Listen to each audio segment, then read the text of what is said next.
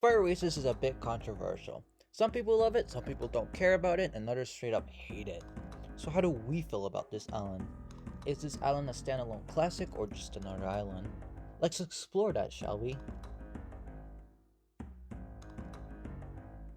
So Oasis tends to underplay some monsters at times, which is definitely an issue. Snizer is infamous on this island, with it holding none of the qualities that made it so good in DOF.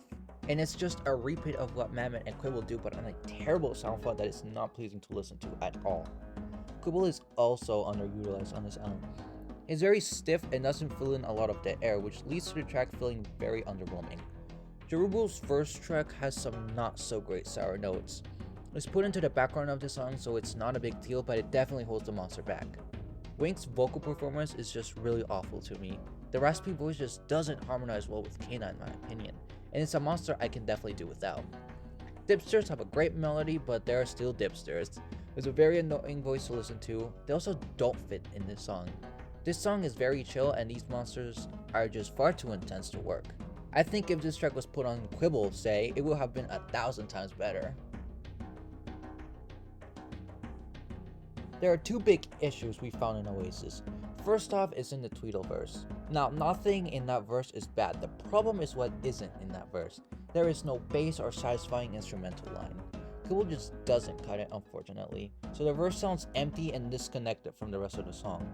And it's the longest verse of the song, so it is a pretty big holdback for the island. Now, as for problem number 2. Oh dear. Gobblegord is awful. I'm not even going to sugarcoat it.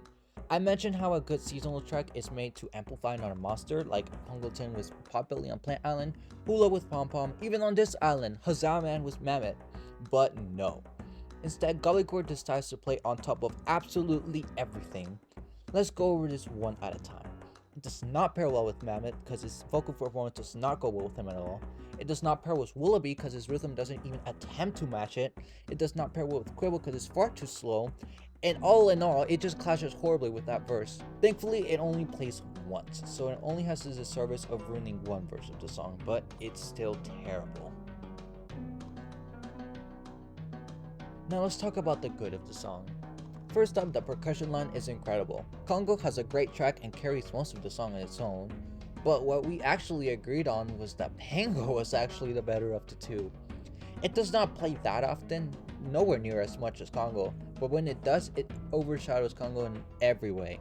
It has much more interesting rhythms.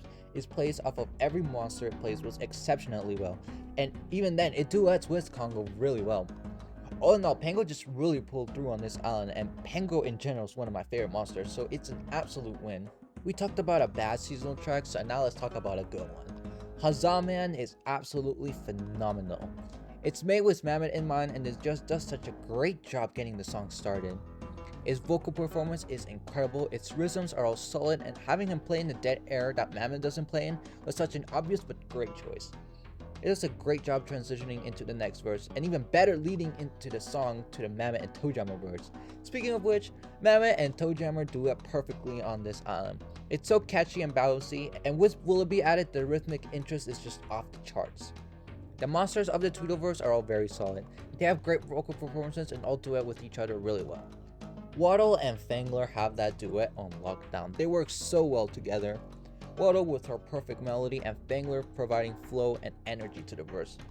Jerubal's second track does a great job pairing with Waddle at the end and caps off the song in a very satisfying way. Kana has a fantastic vocal performance and melody, and like I said before, her duet with Pango is just something else. Absolutely great work right there. And of course, it goes without saying, but Willoughby is the best monster. It has interesting rhythms, it's a very layered sound that keeps rhythm, and it's in the entire instrumental line besides the castle veins. Its real only drawback is that it doesn't play in the Tweedleverse, which is still odd that it doesn't, otherwise a perfect monster in every way.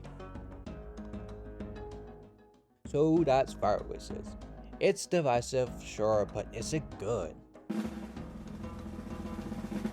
Yes, it is good. It's not the best island of all time, but it's solid and a blast to listen to. Minus one verse, of course. Well, that's that. Do you agree or disagree? Did I hit gold or did I come up empty-handed? Let me know in the comments below. Well, that's it from me, and I'll see you in the next one.